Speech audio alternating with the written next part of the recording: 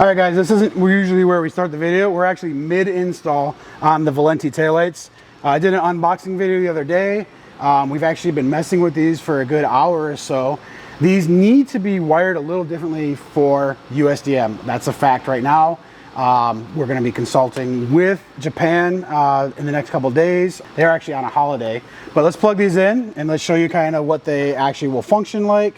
Caleb's been, as you can see, the whole car is apart, and you need to do that to actually get the taillights out.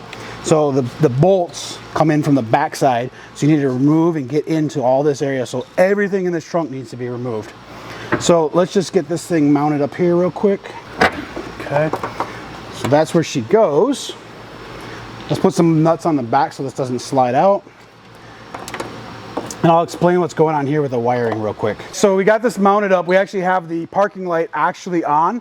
And this isn't like Caleb was just mentioning. This is a 3-wire system. There's a ground and there's a parking light. And then one of these wires is a turn signal and a brake light built in one. I can actually show you or just look at your car and see how it actually functions. But this will actually work. So the brake light will come on the bottom. It'll also function as a turn signal, but we're not using this yellow top signal. So this will work. We don't have any additional wiring going on. We didn't hook up this, and this doesn't make a difference. This actually is a function of sequential winker on this part, the turn signal, if you will, or not. So it's kind of a moot point right now. So we're going to finish the install. We're going to get back with Japan and kind of go over everything. We're going to put the other side on, and then we're actually going to do some other accessories to our bumper. We're going to put our 4th brake light on, and we're also going to probably put our carbon diffuser on the car while we're at it here today. So we did get our Supra back from the dealership. I'll have a whole nother video I'll put up in the corner. I got some clips of what was actually going on with the cluster and what happened.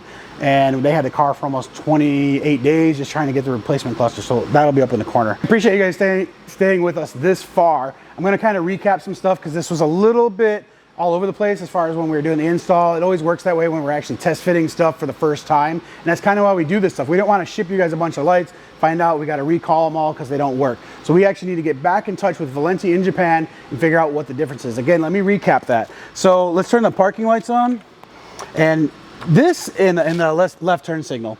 So what you got here is actually a 3-wire system from our USDM car, and in Japan they have a 4-wire system.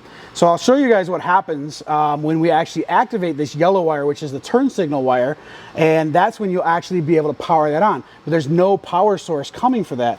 The actual power in the US car is one of the wires is actually a brake and a turn signal built all in one. Now this light, we can actually drive with this on because the brake light will function. If you want to come over here to the other side, so back up for a second. So the brake light will actually function when we hold the brake down, and you can see, so it'll actually function just like the factory OEM taillights. So if we switch the blinkers around or turn them off, you can see that it actually works. Both brake lights will actually work and depress off too. Go ahead and turn the turn signals off. And then the brakes, so the brakes work just like fine, and your turn signals work functionally also. But they should be working up here on the yellow, like I'm showing you, if we have a source to put power in. So we're gonna go back to Valenti, Japan, and actually find out what they're gonna do, how they're gonna solve this problem, and this is gonna put a little bit of a delay on some things. So we also have this wiring here, and we actually wired this up. This actually only has to do with the opening and ending sequences, and they give you some pinouts. We'll actually, we translated it through the Google app, and you have to pull out the factory fuse, and you put the factory fuse in here, and then this goes into the factory fuse, and this harness, one side goes to each of the lights. This will give it power. It's actually the orange turn signal wire that functions with this, so this is kind of a moot point right now at this point in the game.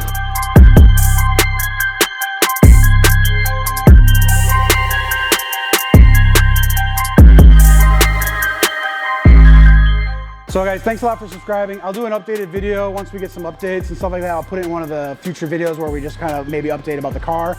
So stay tuned, and thanks a lot for watching this video.